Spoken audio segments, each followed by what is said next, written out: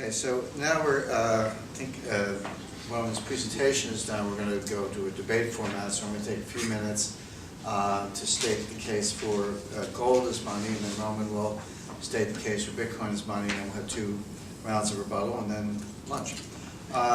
Let's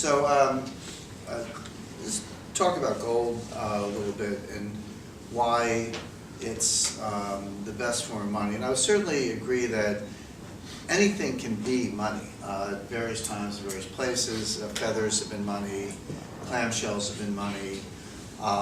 So I don't doubt that Bitcoin is money. I don't dispute the fact that Bitcoin is a kind of money. And Roman gave the 3-part definition, said maybe we're 2.5 parts to 3 toward satisfying that. But I'll give Bitcoin the benefit of the doubt, say it'll get to all 3. But let's we'll come back in the next round. We'll just talk about gold a little bit. The first thing about gold, it's important to understand, it is genuinely scarce. You've probably heard of what are called rare earths. Rare earths are special minerals that are used in various technological applications. They're found in very low density, different places around the earth. Well, gold is far more rare than rare earths. Rare earths are actually plentiful. The reason they're called rare earths is because the amount of ore you have to dig up to get a little bit of it is huge. They're scarcely thinly distributed, but they're actually around in different quantities. Whereas gold is genuinely scarce. But the entire effort of the mining industry on a worldwide basis, and that effort has been extensive the last 10 years because the price of gold has gone up so much. I should say the dollar price of gold has gone up so much in the last 10 years. All of that output adds about 1.5% to the stock every year. So it's estimated there are about 165,000 tons of gold in the world. So that goes up about 1.5% a year. So really just just a few thousand tons, about 2,000 to 3,000 tons every year. That's important because the economy is growing at a certain pace, and if gold were everywhere, it would be very unstable as a store of value. The dollar price of gold would be a lot more volatile. It wouldn't be very valuable as a store of wealth. That's one of the 3-part definition. But that scarcity is very important. And actually, there's a feedback loop between production and scarcity. People say, well, what about the California gold rush of 1849? It was a lot of gold came into the market all at once, and that's true. And there were some major discoveries in the late 19th century.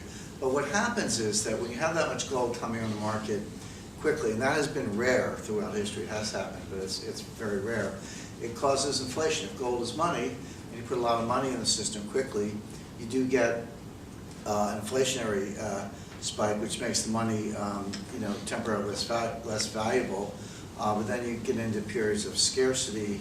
So then what happens is your mining costs go up because of inflation, mining becomes less profitable, mining slows down. The converse is true in periods of deflation, where gold is more valuable. That attracts more people to mining. They say that imitation is the sincerest form of flattery. I think it's interesting in the Bitcoin world, they've actually used the term mining to describe what's going on. A lot of Bitcoin was patterned on gold in the sense that it was going to be scarce. These Bitcoins can only be created at a very slow pace. You need more and more computing power to produce them. That's exactly like the capital investment that goes into mining to produce gold. So the Bitcoin creators were consciously imitating gold and gold production, gold mining to create what they've done. Second thing about gold, it's an element. It's atomic number 79. Gold is gold. It's not anything else. So you look at other commodities, because people say, well, gee, couldn't you have an oil standard, or couldn't you have a grain standard, or a corn or wheat standard, et cetera? The answer is you could. But those things all come in various grades. I mean, oil, we talk about West Texas and Brent as benchmark prices, but there are actually 70 or 80 major grades of oil around the world, depending on viscosity and sulfur content and other variables. Same thing with corn, if you trade corn futures and the Chicago futures market. They have very detailed specifications about what kind of corn you're allowed to deliver, and it can't have certain impurities, and et cetera. That's not a problem with gold. It's an element. It is what it is. So there's no such thing as near gold or corrupt gold or pseudo gold. I mean, you can make 14 karat gold, but that just means you put an alloy in. It's not all gold. So that uniformity is very important. Gold has really about the reasons why it's money good, has very high density. If you've ever held a gold coin or a gold bar in your hand, the first thing that you notice is it's heavy. So when it puts a gold coin in your hand, wow, it weighs a lot. Well, it does. I happened to pick up a 400-ounce bar recently. I was in Switzerland a couple of weeks ago, and I have a picture of me smiling, but we don't see the pictures. I was straining to hold it up because it's like a 25-pound free weight, just a small 400-ounce bar. So it has that density, which means you get a lot of value for the weight. It's scarce, dense, pure. It's malleable. Gold is very easy to work with, so if you want to coin it or shape it or turn it into valuable objects, that's fairly easy to do. People talk about the industrial uses of gold. I say there aren't any. There are some. They use it to coat space helmets, and they use it in certain electronic applications. And official statistics count jewelry as a different use of gold than money, but I dispute that. To me, jewelry is just money that you wear. And you go to India and you look at the gold necklaces, it's very pretty, it's attractive, but that's really the wealth, the net worth of the individual that happens to be worn kind of decoratively around their neck, same thing with a watch or a bracelet and so forth. So it has these characteristics. Uniformity, density, malleability. It's nice to look at, and it's pretty. That's not a big part of the case, but it's a nice sort of benefit. But above all, what gold really has is longevity. It has been money good throughout the entire history of civilization. Now, it wasn't always coined and used as money, but it has always had a value. It's always been considered a source of wealth. The sources are historical. They're biblical, archaeological. I don't think we need to spend a lot of time on that. I think that's fairly evident. People say that there's not enough gold to support finance and world trade. That's a sort of risible objection. There's always enough gold. It's a question of price. There may not be enough gold at $1,200 an ounce, but there's plenty of gold at $10,000 an ounce. That was part of the presentation I did earlier. So there's always enough gold. You just have to get the price right if you're trying to support money supply. And the last point I would make, again, we're going to have some time for rebuttals, but you can have discretionary monetary policy combined with a gold standard. People say, well, if we have a gold standard and there's a financial panic or a crisis or a depression and you need to create money, what are you going to do? There's only so much gold. You're sort of feeding the deflation. We talked a little bit about that. Well, you can have a gold standard, gold-backed money, and a discretionary monetary policy side by side.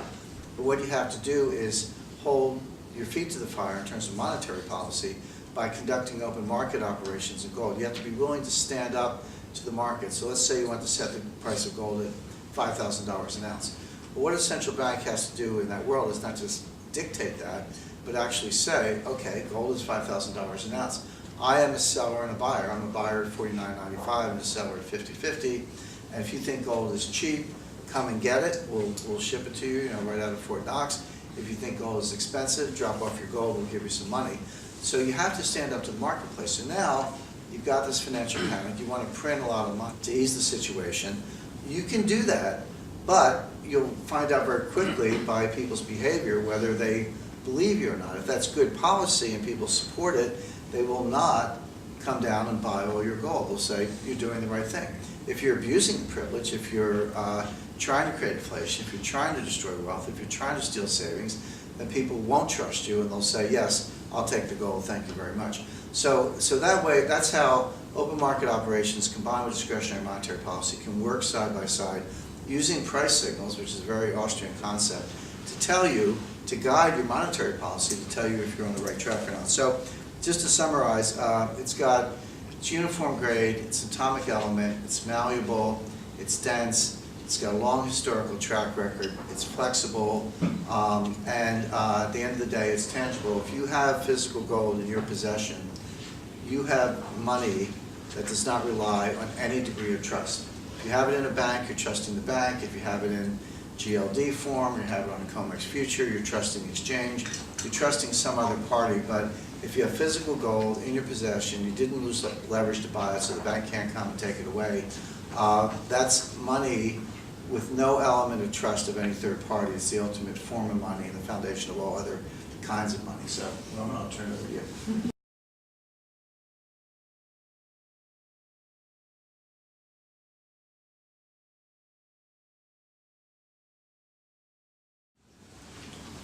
So, I believe in gold. I own a little bit of gold. But I'm going to live up to my responsibility and try to tell you why Bitcoin is better. But I think they're both great. First, I'm going to argue about physical gold and then comment on electronic representations of gold. And when I argue about physical gold, I'm reminded of a joke that was told by Guido Holzmann, who many of you know, at an economics conference that I attended. And the joke involves an economist, a physicist, and a chemist washed up on some desert island with a can of beans. And the physicist said, "Let's smash it open." And the chemist says, "No, let's heat it until it pops open." And the economist says, "No, I have a better idea. Let's assume we have a can opener." So I think the argument for physical gold has a similar assumption embedded in it. It kind of assumes that we have a free market for money, and that, you know, if you want to just go and trade these gold tokens, or if you want to take them across borders, or do whatever, you know, use them however you want without anyone's permission, that will be allowed. But it's not allowed.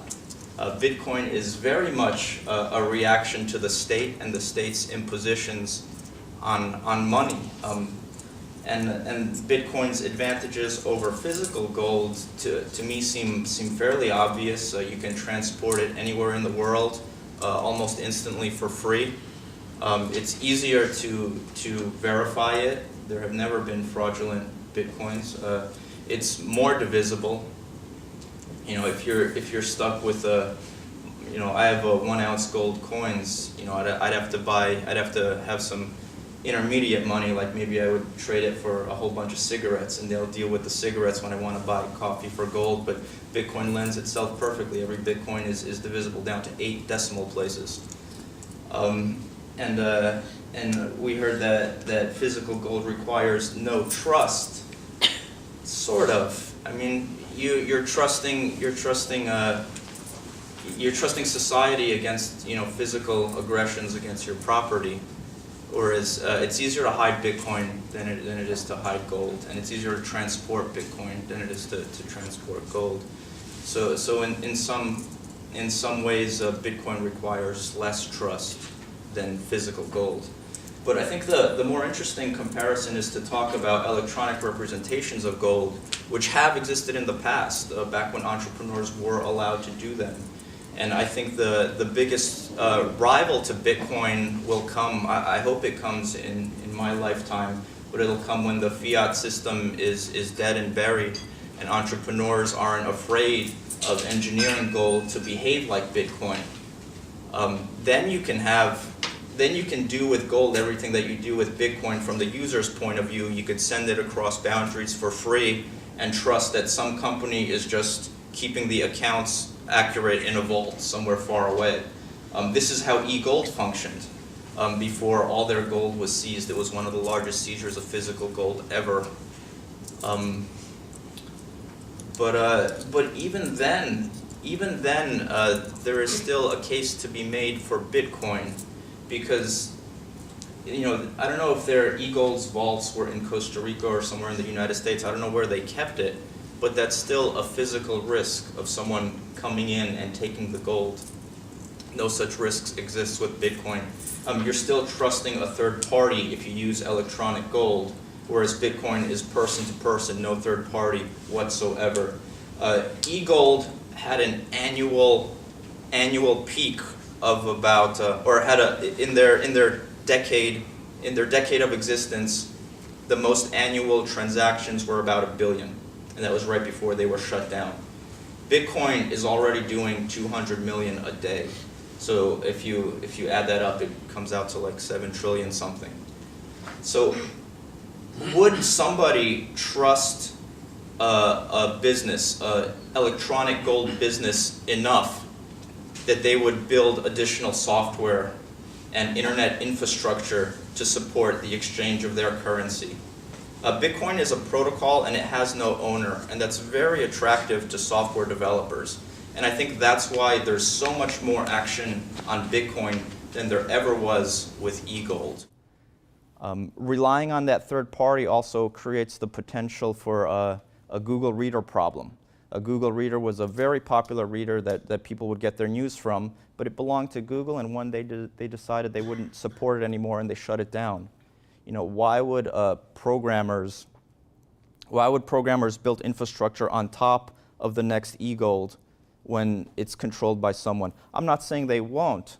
I'm just saying that even in such a situation, there's still a case to be made for Bitcoin, which would not belong to anybody and which would be peer-to-peer with no trusted third parties. Last point I want to make. Most of us believe, or at one point believe, that money should be a commodity. But I think even more fundamentally, we believe that markets choose their money. Markets choose their money.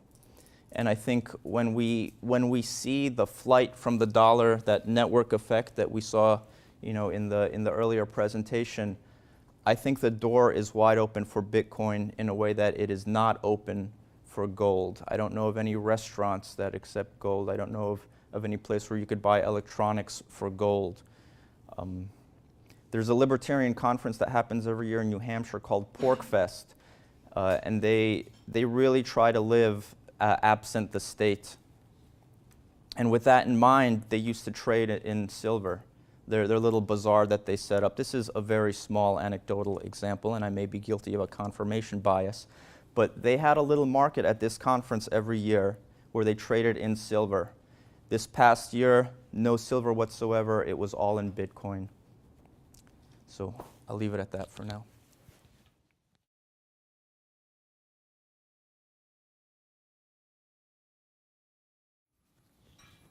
We'll do a few minutes of rebuttal and then back over to Roman for the last word. So this conference is called Intellectual Minds, which implies a certain broad-mindedness or open-mindedness.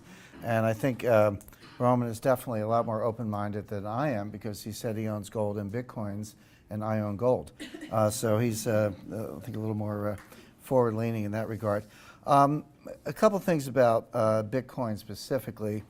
One thing that's overlooked is that is Bitcoin a form of money? Sure. Is it a kind of money? I don't dispute that. But it's not state money. And here we have to go back to the state money theory, which has really evolved in Germany in the early 1920s, later called Chartalism. Today runs under the banner of modern monetary theory.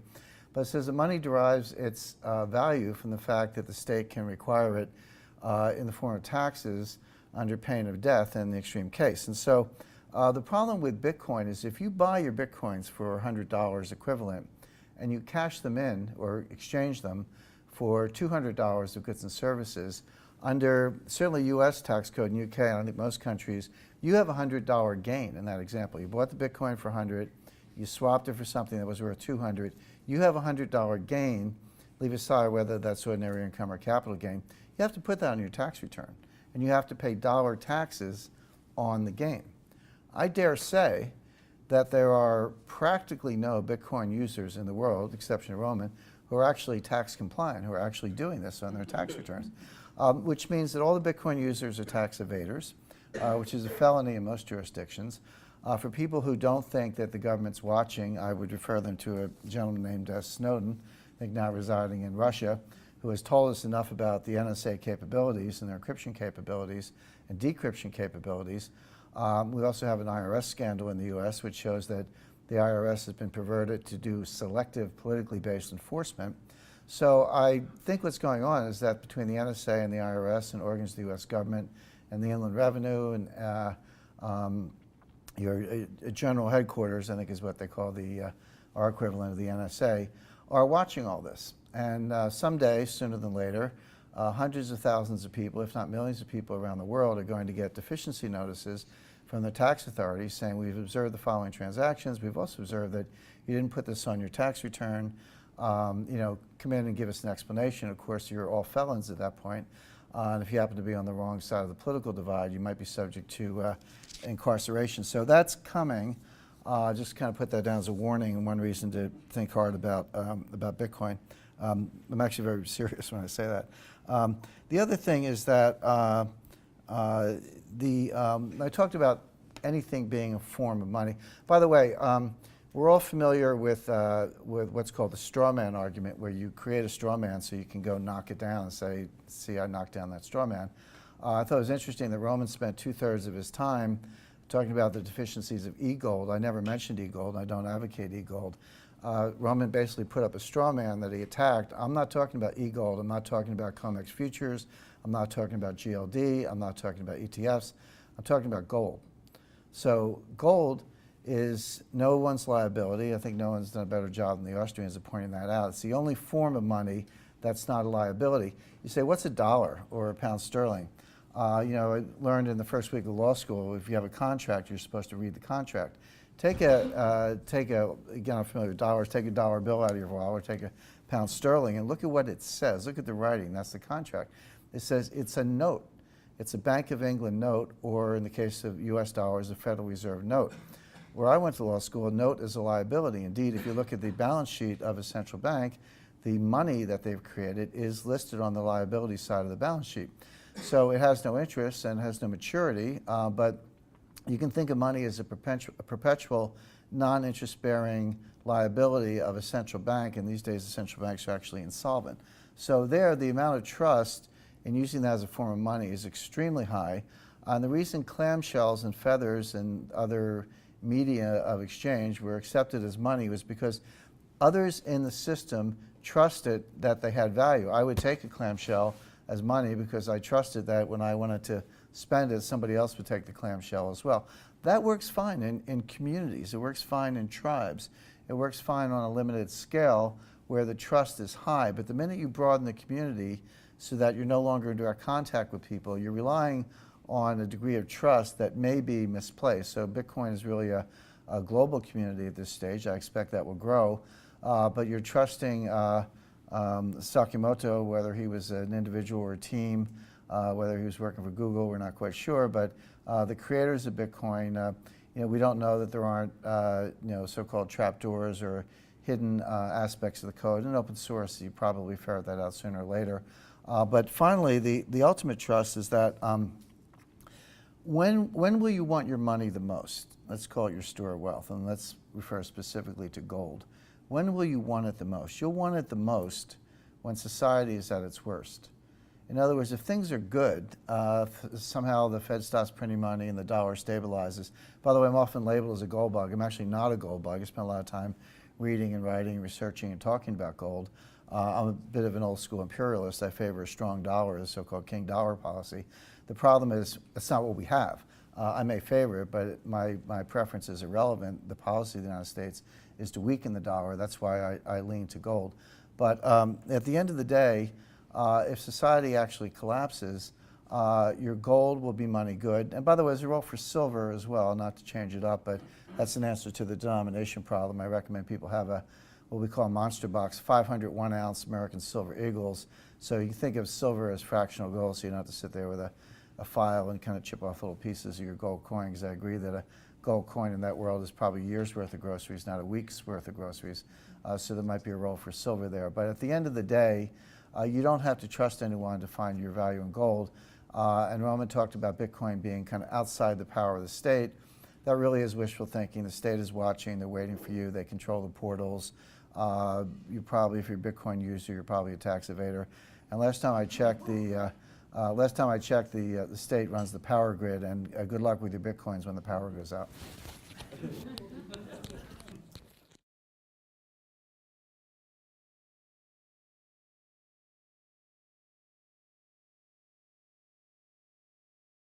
It was some hacktivist, Mark Amberg, if I remember his name. I think I have his name wrong, but he said government may be a violence on monopoly, but violence can't do math. I think Bitcoin is outside the control of the state. The role of the state is not. It has a huge impact both on the price and the usage of Bitcoin. All the big companies in America, Amazon, Google, Apple, they're waiting to see what the state will do. The recent drop in the Bitcoin price from about 1,200 to about 700 came after the Chinese version of Google, like the Chinese equivalent of Google, said that they would stop accepting Bitcoin. They did that after the the state sort of limited the legal usage of Bitcoin. So it has a huge impact, but I think it's just a question of whether it's going to be a white market or a black-gray market. And certainly if the dollar starts to go, you want to be in the black-gray market. I mean, just to pay the, inflation, like if there is serious inflation, your taxes will go through the roof, because if you buy something for a day and sell it tomorrow, it will have doubled in price. So it's not irrelevant, but I think it is outside the control of the state. What they do now is they watch the exchanges. I buy my Bitcoins, the most recent ones, on an American exchange where I'm registered with my name and bank account, and I have warned my accountant that I will be about all that. But those are just the choke points into and out of the Bitcoin system. And because the choke points are guarded, most people want to stay in Bitcoin because they don't want to pass through those choke points again. They want Bitcoin so they can exchange without having to ask the permission of any bank, without the approval of any state. And I think that's why it's going to spread. There was one more thing, power. Oh, right. Well, I think without power, the legacy, what I like to call the legacy banking system, maybe that's wishful thinking, but I think without power, the legacy banking system will be out of luck just as much as Bitcoin. And when the power comes back on, the blockchain is still there. So I wouldn't worry about that. And I think that's mostly it. I mean, I guess the amount of time I spent on e-gold was just because I thought the advantages over physical gold were fairly obvious, more transportable, more verifiable, more divisible. Maybe we should want to take questions now. Maybe that'll trigger some more good discussions. Okay. So maybe please ask which one of us should answer the question. And then ask the question, and we'll share the mic. Yes, sir. Thank you. Hopefully you'll be able to enlighten me just on a question I have. First of all, as many of you will know, Carl Menger wrote a book on the origin of money, and he, in his theory, which Mises then built upon, was that money has to have its origin in the marketplace as, two important words, as a consumer good. So both of these two words are important. Consumer, as in it is purchased for a reason in and of itself. So all the different types of money in history had a consumer good. Gold was worn as jewellery. But also as a good. And Menger also defines good as having four characteristics, the most important of which is scarcity. So I have a question with regards to the scarcity of this digital currency. Not that we all understand that it is mined and it is released at a certain period of time, but the fact that what makes Bitcoin scarce is its uniqueness, in that it was the first digital currency to be released, as far as I'm aware. But what is stopping multiple other new digital currencies being created?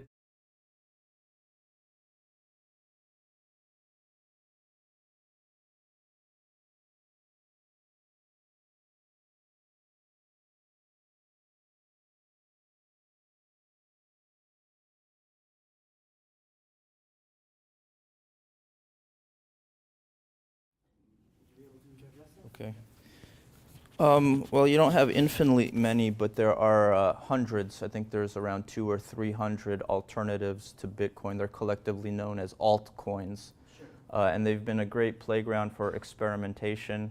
One of the funniest ones is called Frycoin, which I call Keynesian coins, because its creator had the idea that you need to spend your money or else it's bad for the economy. So they depreciate in value if you hold on to them too long. Others are tied up with, one can be a new protocol for the ownership of domain names. There's one called Namecoin. Right now, if say the government wants to seize the domain propertyandfreedomsociety.org, if it was propertyandfreedomsociety.bit, and it's the ownership of the domains was regulated by Namecoin, they would be non-seizable. Another one is called Primecoin, and in their mining algorithms, they do something that's potentially useful for mathematics. They generate very big prime numbers for the mathematicians to play with. Okay, I'm getting off on a tangent just because I love this topic. Scarcity. Okay, right, and Menger. Okay, so scarcity. I think there are many metaphors for Bitcoin. I think one of the best ones is a big ledger, and you're renting space in this ledger. So it's not scarcity in the commodity sense, but it's maybe scarcity in the service sense. And I think if you wanted to make things like like Mises's regression theorem work with Bitcoin, you have to do a little bit of gymnastics and argue that it's a service and not a commodity. And it's a service that predates Bitcoin. You know, before Bitcoin came on the scene, I paid $30 for wire transfers from one country to another, or I paid 2 point something percent for PayPal transactions, or credit cards take their percentage. So a demand for this service does predate the existence of Bitcoin, and then Bitcoin arrives. Think of it not as a coin, but as a ledger, and you rent space in this ledger in order to use it for the sending of money. And I think that's the best way to square Bitcoin with Mises and Menger. But I'm also not sure if how valuable an exercise that is, because they were very much engaged in untangling all the mediums of exchange of their day, which is why I think the colloquial definition of money is best.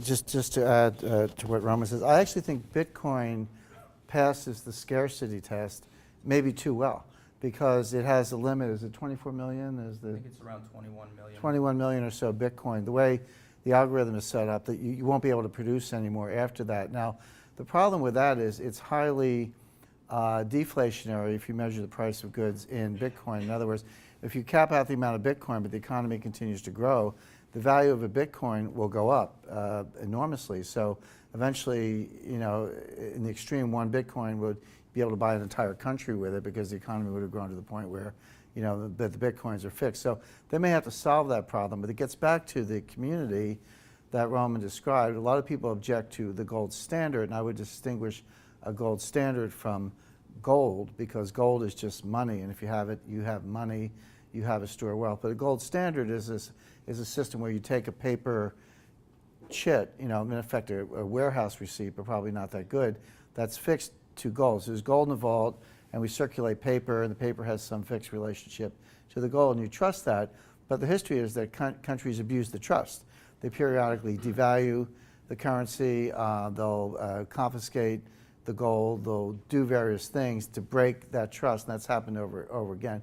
That's an objection to a gold standard. It's a valid objection, but you have the same objection with regard to Bitcoin. There's nothing stopping the Bitcoin community from getting together, online or in cyberspace, and consensually saying, 21 million is too low. We really ought to have 40 million Bitcoin, because that's more practical. So that could happen. It's not happening yet because we're not at that limit. But these are the kind of things when I say you have to trust the community and trust the evolution, trust the power grid, trust governments. There's a lot of trust of people you don't know that go into Bitcoin. And one of my reservations is, I'm not a Bitcoin hater. I've read the papers. I've read the papers Roman has. I'm familiar with it. I think the technology is cool. The encryption's cool. I like open source. So I say go for it. I don't own any. I don't recommend it to clients, partly because it doesn't have the kind of track record that I look for when I want to allocate wealth. Let me just add to that briefly. The deflation problem, if you consider it a problem, is actually made worse by losses of Bitcoins. You can search for losses of Bitcoins and read some painful stories about people who had hundreds of thousands of Bitcoins and either threw away a computer or lost their wallets or something like that. So it's actually worse. But with each one divisible down to 100 million pieces, I don't think that's a problem. And would the community support the changing of the protocol to expand to 40 million or 80 million? They would not if it would cheapen the Bitcoins they currently own. But if it was a problem and people were abandoning Bitcoin altogether, then they would choose that to save the value of their coins. But that's a long way away. Yes, sir, David? Toss a ball over the net at Jim to see how he hits it back.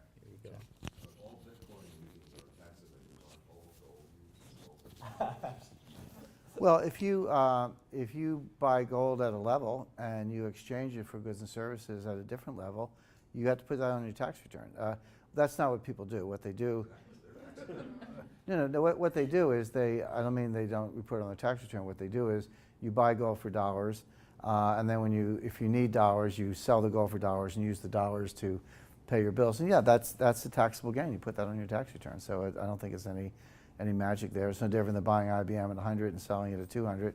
You have a $100 gain. So.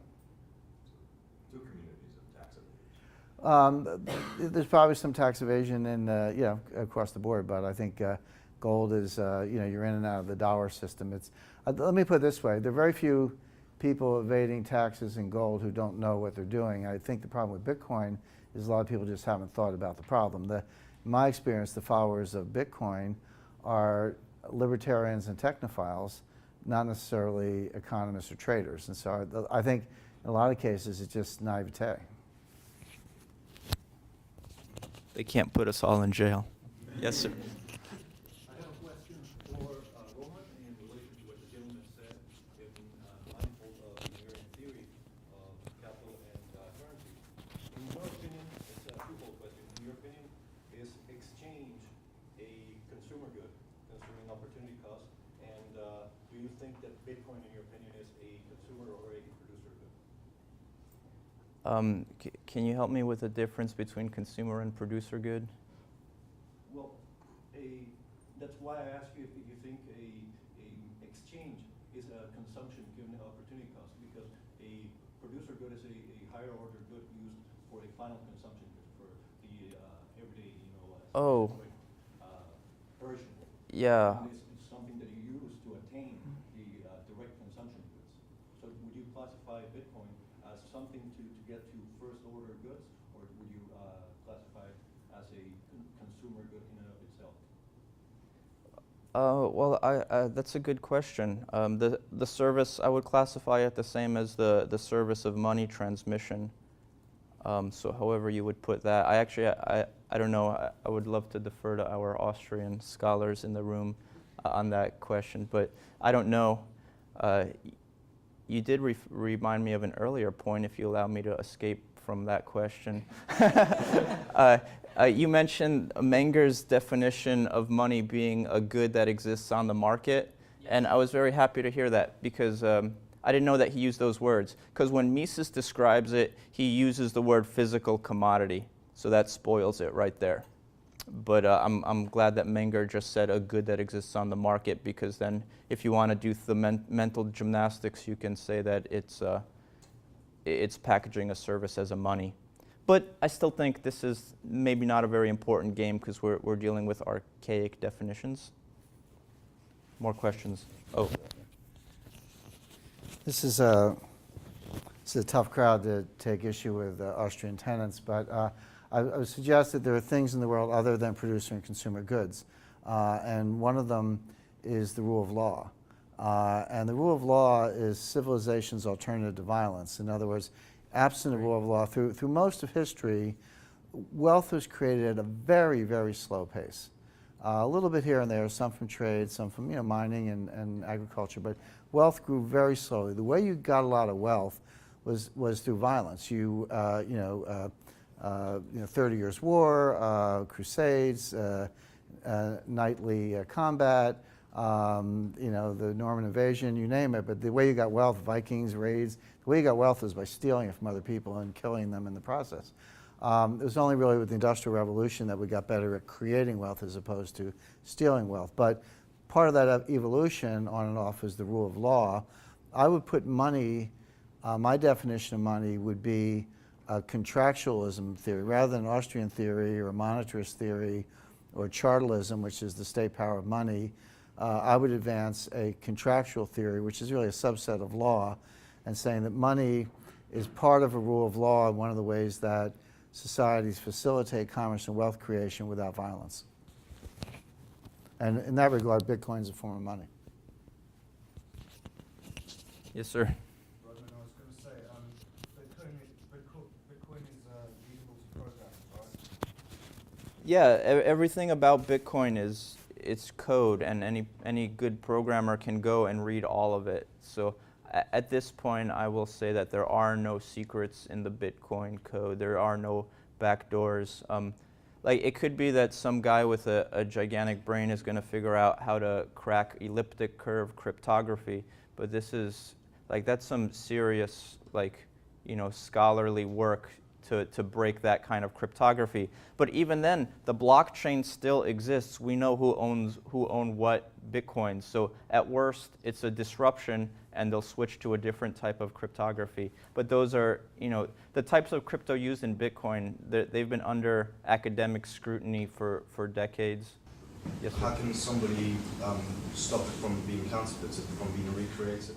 Oh, okay. By counterfeiting, it seems like you're referring to making a Bitcoin 2 that does the same thing in parallel. Those already exist. There are hundreds of those. But within the Bitcoin system, nobody has ever sent the same Bitcoin twice and had it accepted. Yeah. So that when I was talking about counterfeiting and better verifiability than gold, that's what I meant. Within the ledger that is Bitcoin, nobody has ever made fraudulent transactions or sent Bitcoins they didn't own or anything like that. Other questions? Great, thank you for your attention.